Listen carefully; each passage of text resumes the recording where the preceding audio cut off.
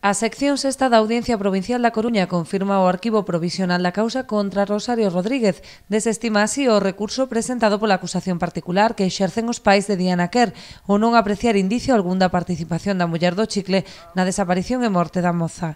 O auto notificado esta mañá ás partes establece que as investigacións practicadas non parecen situar a muller xunto ao seu home na madrugada do 22 de agosto cando desaparecía Diana.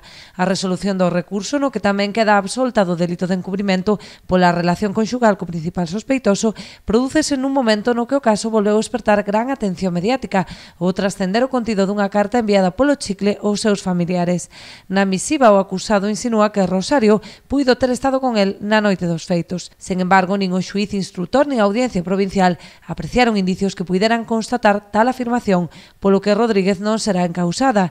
Isto non quere dicir que o proceso aberto contra o Chicle estea en punto morto, xa que nos últimos días o xulgado de instrucción número 1 tomou declaración a 4 novas testemuñas.